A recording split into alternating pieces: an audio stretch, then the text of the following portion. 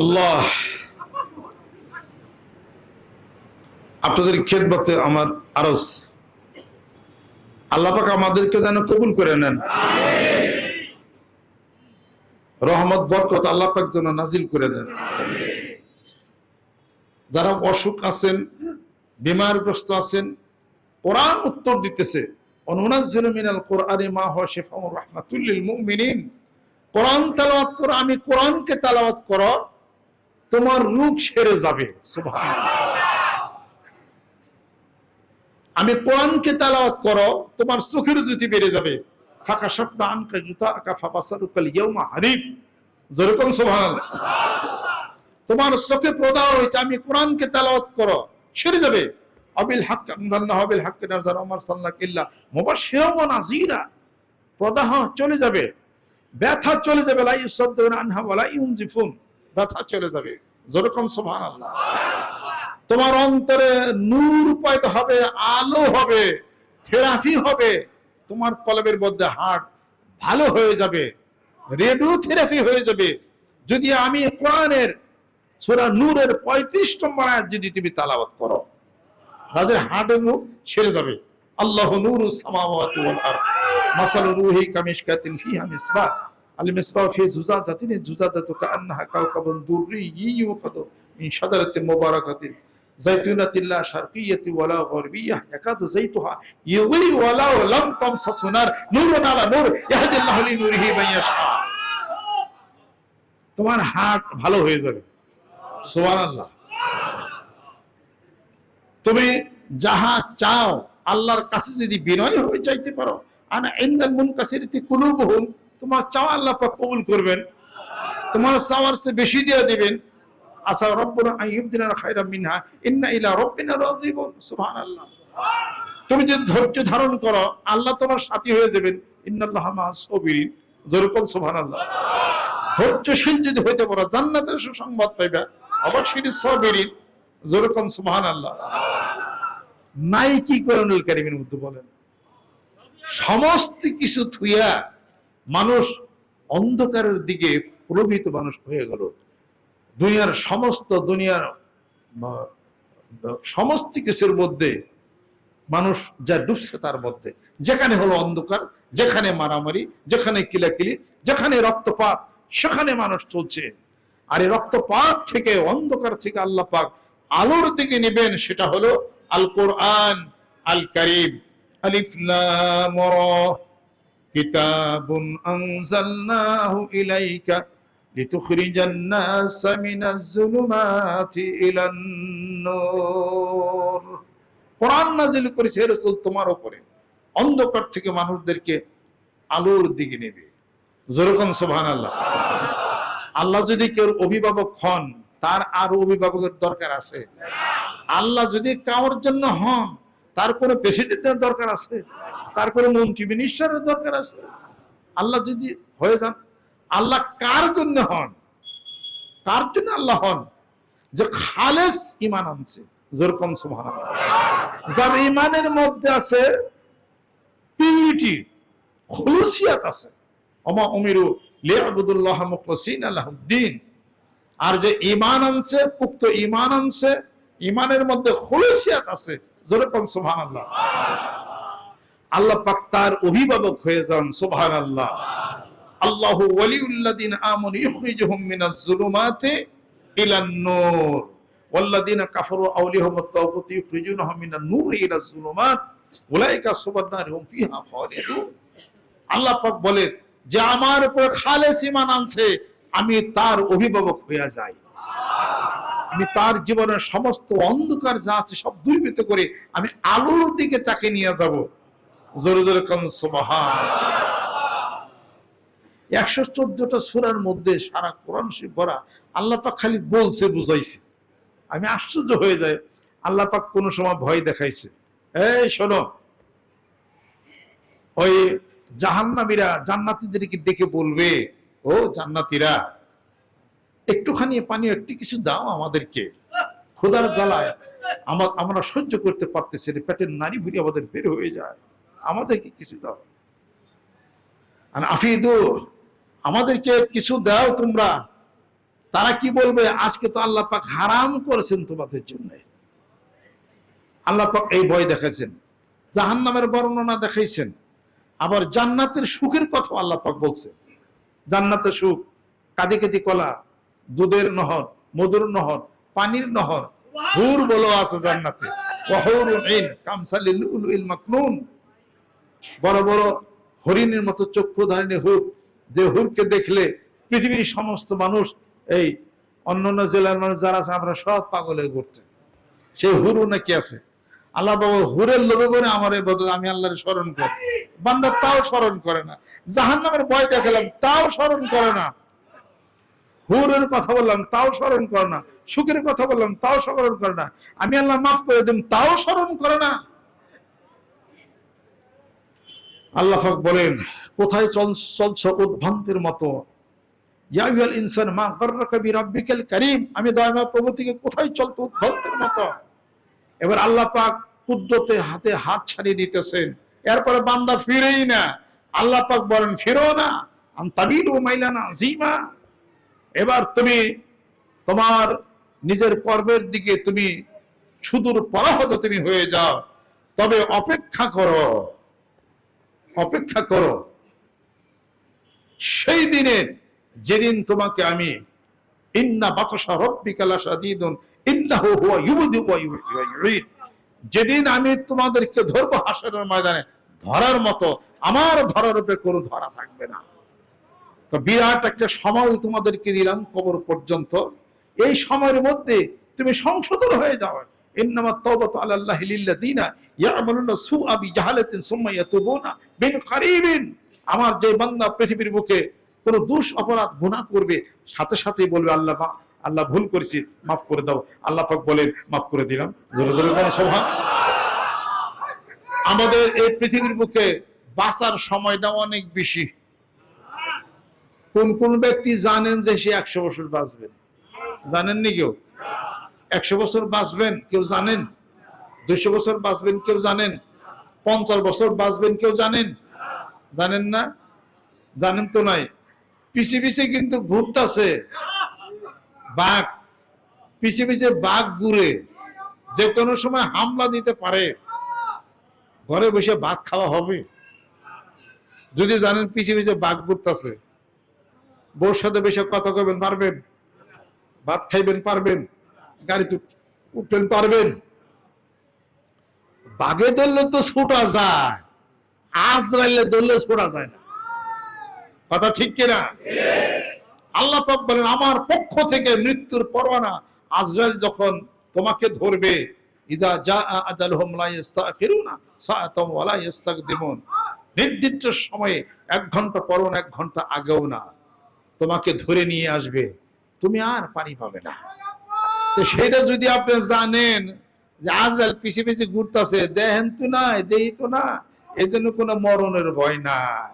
যদি দেখতাম যে আজরাইল ঘুরতেছে, তাহলে কোন দেশে যে পলাইতাম খাওয়া বাদ দিতে। কথা ঠিক কিনা?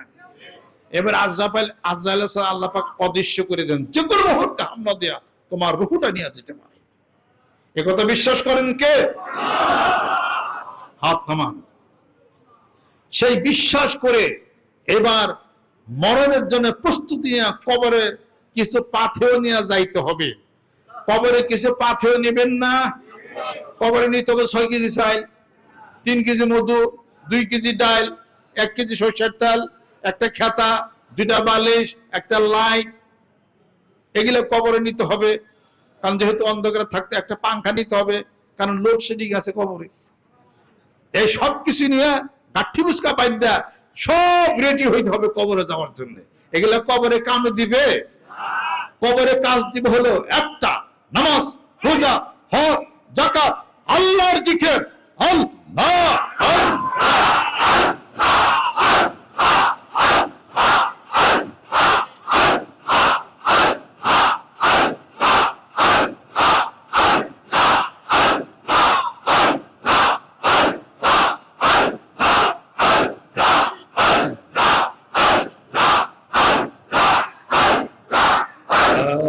ইলাহা ইল্লাল্লাহু মুহাম্মাদুর রাসূলুল্লাহ সাল্লাল্লাহু আলাইহি ওয়াসাল্লাম, এখান থেকেই পাথেয় নিতে হবে কবরে।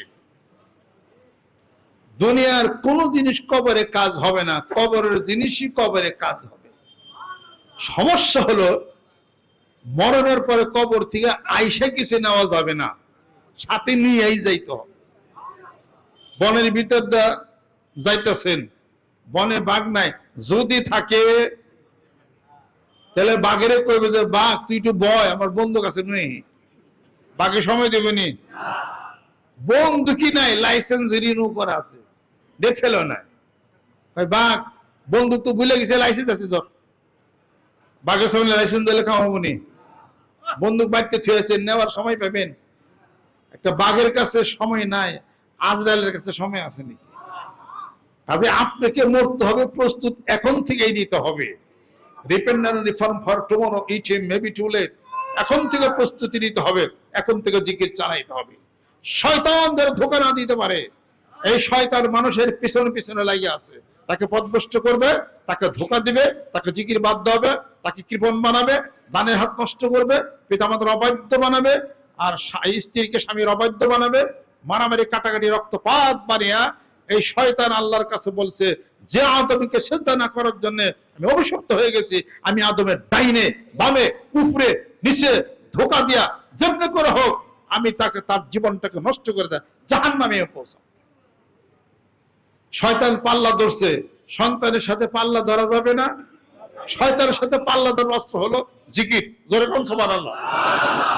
ইদা যাকারাল্লাহ খানাসা ওয়া ইজা গাফালা ওয়াসওয়াসা।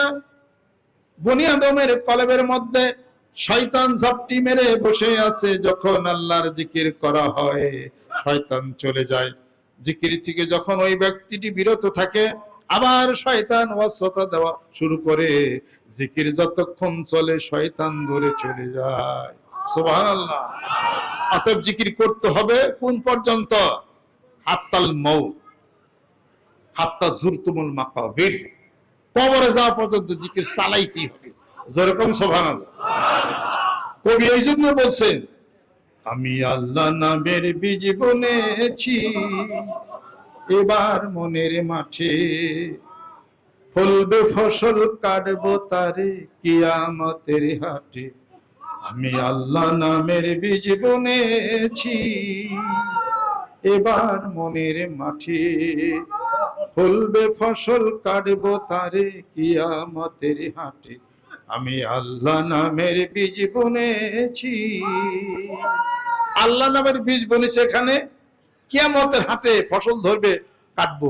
সুবহানাল্লাহ। এই পৃথিবীর বুকে যদি এক ব্যক্তি যদি সুবহানাল্লাহ বলে, জান্নাতের মধ্যে একটা গাছ তৈরি হয়ে যায়। এরকম যত হাজার বার, যত কোটি বার আপনি সুবহানাল্লাহ বলেছেন, জান্নাতের মধ্যে এক একটা সুবহানাল্লাহর বিপরীতে এক একটা গাছ তৈরি হয়ে গেছে। যেরকম সুবহানাল্লাহ। ওই জান্নাতটা কত বড়, যেরকম সুবহানাল্লাহ। কত বড় জান্নাত। আমার ওর মাছের শখ, মাছ ধরি, মারি সারি, খাই দেই, এটাই হলো আমার মানে বিজিরিস আর কি। মাছের প্রতি খুব শখ। ওই যে কইছে না, মোরা পঙ্খী মারি, পঙ্খী ধরি, পঙ্খী বেচা খাই, মোদের সুখের সীমা নাই, বাবু ছিলাম বারে বার। কাজে আমারও রোডে শখ বেশি। তা মনে মনে নিয়ত করি, আমি দুইটা জিনিসের খুব মানে নিয়ত আমার আছে। আল্লাহ পাক জান্নাতে যাবেন, আসলাম তো কায়াত ফলা জান্নাতা, এটা আশা তো করি। এটা পয়লা হলো যে বড় একটা পুকুর চাই, কথা খেয়াল করতে। এই মনে করেন যে 200 বিঘা মোটামুটি হইব আর কি। 200 বিঘা পুকুর, বিভিন্ন পদের মাছ টাছ থাকবে, বসে ফেলাম একটা মাছ ধরবে, এরপরে খিদা লাগবো, তারপরে আবার যেখানে থাকবো ওখানে ঘুরে আসবো। এই রান্না হয়েছে? হয়েছে। কি হয়েছে? ভাত। আর দূর ওই চিতই পিঠা দেয়া গোস্ত রান্না না কেন? আমার প্রশ্ন হয়, হুরে রাখি চিতই পিঠা বানান জানে? খোলা ভাবে ওখানে কিভাবে ওখানে, আমার তো এটাই সন্দেহ লাগতো।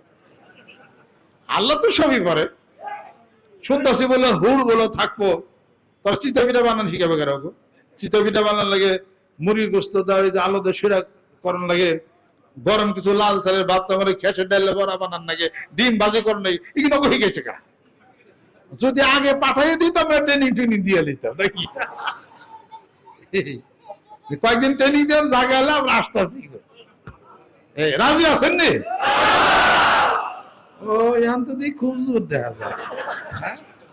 সুবহানাল্লাহ গেলে মেরার হতে যখন ঘুরের কথা কইছি তখন খুব জোর।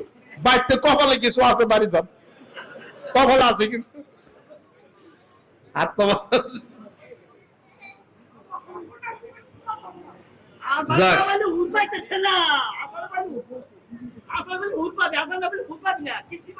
আমরা আখিরাত বিশ্বাস করি, কবর বিশ্বাস করি, জান্নাত বিশ্বাস করি, জাহান্নাম বিশ্বাস করি, হুর হুকুল বিশ্বাস করি। এই ওয়াজ বেশি করা যাবে না, এই ওয়াজ মেয়ে লোক শুনতেছে কিন্তু কপালে শনি আছে, কথা কাজ করছে। কই সব মাহফিলে ঘুরে ঘুরে গেলে হুরের কথা কয়টা, এই ওয়াজটাই বাদ দেওয়ার ভালো না। যাই কিছু আল্লাহ পাক নিয়ামত দিয়েছে নাকি কোন, এটা কি আমাদের দোষ? আমরা কিছু করছি? তাহলে আমাকে উপরে এত থেকে মানুষ কিছু তো বুঝি না।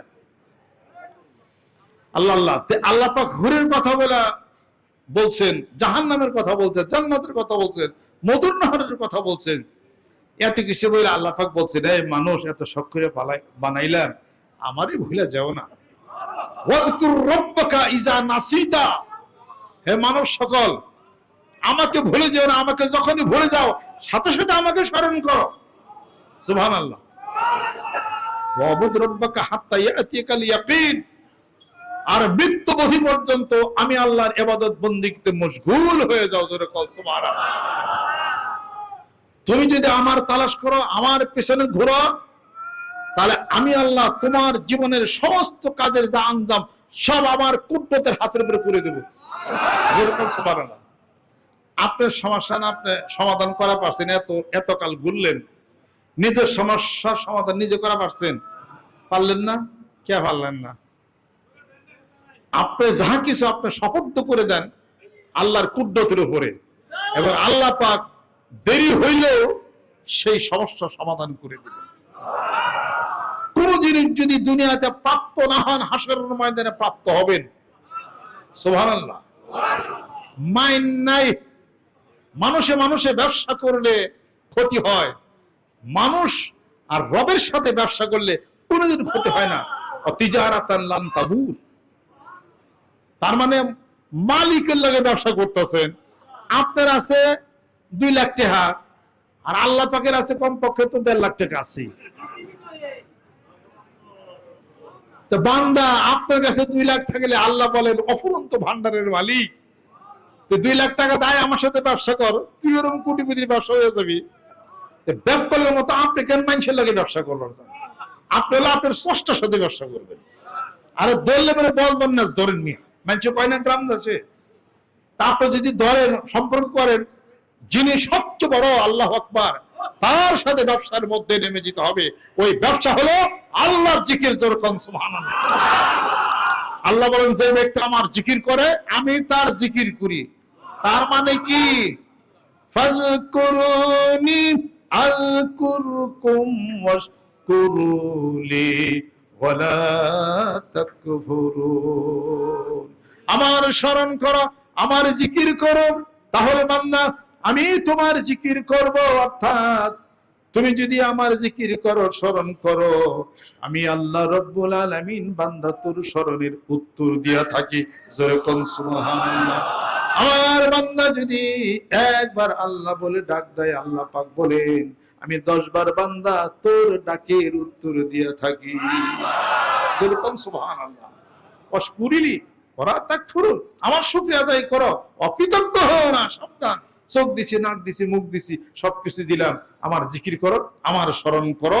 জীবনের সমস্ত বিপদ আপদ অসুখ বিসুখ যা আছে সব আমার কুদরতে সবকিছু চলে যাবে। আমি আল্লাহর ধ্যানে খেলে গতি হয়ে যাও। জোর জোর সুবহানাল্লাহ। এগুলো শিক্ষা যিনারা দেন, জানিয়ে দেন, বুঝিয়ে দেন, মনে করে দেন, স্মরণ করে দেন, তাদেরকে পীর বলে, উস্তাদ বলে, শায়েখ বলে, এইটাই হলো কথা। তাই বলে তার পায়ে সেজদা দিবেন, তার ঠ্যাঙ্গে সরষের তেল ডলবেন, হ্যাঁ নামে গরু দিবেন, ছাগল দিবেন, বেড়ে দিবেন, এটা পেয়েছেন কোথায়? এগুলো হলো শিরক, এগুলো হলো বেদাত। যেরকম ঠিক কিনা? অতএব সাবিরা মান আনাবা ইলাইয়া, সূরা লোকমান খোলেন, এর মধ্যে আল্লাহ পাক বলেন আমি আল্লাহকে যে পাইছে, সন্ধান পাইছে, তুমি তার সাথে মহব্বত ভালোবাসা বাঁধাও। জোরে জোরে কোন সুবহানাল্লাহ। সকলে গায়ে গায়ে ডান হাতে দেন, গোনার জন্য তওবা হবে। যদি কেউ নিয়ত করে আমি এখন বয়াত বা মুরিদ আমি এখন হয়ে গেলাম, আল্লাহ পাক যেন কবুল করে। বিসমিল্লাহির রহমানির রহিম। আর সূরা ফাতিহা, সূরা ইখলাস, সূরা নাস, আয়াতুল কুরসি পড়েন, কোরআন শরীফ তেলাওয়াত করেন। অসুখ বিসুখ, বিমার আযাব, বিপদ থেকে আল্লাহ পাক মুক্তি করবেন।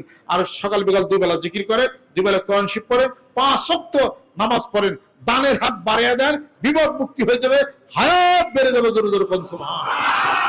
ওয়া নাউযু বিল্লাহি মিনাশ শাইতানির রাজিম। बिस्मिल्लाहिर रहमानिर रहीम। तौबा किया मैं सब बुरी बातों से और सब बुरे कामों से, और बैत किया मैं ऊपर हाथ मोहम्मद मंजूरुल इस्लाम सिद्दीकी खलीफा अलहस हजरत मौलाना मोहम्मद अजहरुल इस्लाम सिद्दीकी साहिब के, आई मेरे मौला इस तौबा और इस बयात कबूल फरमा। যারা বায়াত করে দেন, দুই বেলা জিকির করে কামে দেন, আল্লাহু আকবার। আল্লাহ কবুল করে নাও, তোমার আশিক বানায় দাও, তোমার পাগল বানায় দাও। হাত নামান। আল্লাহ পাক আমাদেরকে যেন কবুল করে নেন, রহমত বরকত করে নেন। এই সবক জিকির এখানে লিখিত বই কিতাব আছে, যারা যারা পারেন আপনারা করে নেবেন। মাহফিল চলবে, মাগরিবের পর আমাদের মাহফিলে উলামা একরাম আছেন, ওনারা বয়ান আলাপ আলোচনা করবেন। আল্লাহ পাক যেন কবুল করে নেন, রহমত বরকত আল্লাহ পাক যেন নাযিল করে নেন। আল্লাহুম্মা আমিন। ربنا آتنا في الدنيا حسنة وفي الآخرة حسنة وقنا عذاب النار। আল্লাহ মাফ করে দাও, আল্লাহ এই বাতকে তুমি কবুল করে নাও, আল্লাহ মেহেরবান হয়ে যাও। আলেম আলেম হাফিজকে হাত তুলেছেন, কবুল করে নাও। মুরব্বিকে হাত তুলেছেন, কবুল করে নাও। ছোট্ট বন্ধুর হাত তুলেছেন, কবুল করে নাও। পর্দার অন্তরের মেয়েরা হাত তুলেছেন, কবুল করে নাও। এই এলাকার মুসলমান যারা আছেন আল্লাহ কবুল করে নাও। এলাকার ঘর ঘর জিকিরাত পৌঁছিয়ে দাও। বাংলাদেশকে কবুল করে নাও। মারামারি কাটাকাটি হানাহানি রক্তপাত আল্লাহ তুমি বন্ধ করে দাও। আল্লাহ তোমার জমিনে কোরআন হাদিস আলো তুমি জ্বালায়া দাও। রব্বির হামহুমা কামা রাব্বায়ানি সগীরা। এই মাহফিলের হাদিয়া, জিকিরের হাদিয়া, ইস্তেগফারের হাদিয়াটুকু আমার পিতামাতা রুহুর উপরে পৌঁছে দাও। এখানে মুরব্বি যারা সাহিত্য আছেন তাদের রুহুর উপরে পৌঁছে দাও। আল্লাহ তেরসে এবং গোলাকান্দার জমিনে আরো মুরব্বি, আরো যারা সাহিত্য আছেন আল্লাহ তাদের রুহুর বিয়ার হাদিয়া তুমি পৌঁছে দাও। যাদের আত্মীয় স্বজন পিতামাতা ইন্তেকাল করেছেন আল্লাহ তাদের রুহুর উপরে ইয়ার হাদিয়া তুমি পৌঁছে দাও। অসুখ বিসুখ বিমান আযাব থেকে আল্লাহ তুমি মুক্তি দিয়ে দাও। আমাদের হায়াত তুমি বেশি বেশি বাড়াইয়া দাও। সম্মানজনক রেজেক দাও, সম্মানজনক মৃত্যু দাও, সম্মানজনক স্থানে তুমি আমাদেরকে সমাহিত করো। আরে প্রত্যেকটি সংসারকে সুখময় করো। আমাদের ছেলে সন্তানের মুত্তাকি পরহেজগার বানিয়ে দাও। স্বামী স্ত্রী দাম্পত্য জীবনকে সুখময় তুমি করে দাও। ব্যবসা বাণিজ্যের মধ্যে যারা ক্ষতিগ্রস্ত, ক্ষতি তুমি পূরণ করে দাও। সুবহান রাব্বিকা রব্বিল ইজ্জাতি আম্মা ইয়াসিফুন ওয়া হাক্কি কালিমাতি তাইয়্যিব লা ইলাহা ইল্লাল্লাহ মুহাম্মাদুর রাসূলুল্লাহ। যারা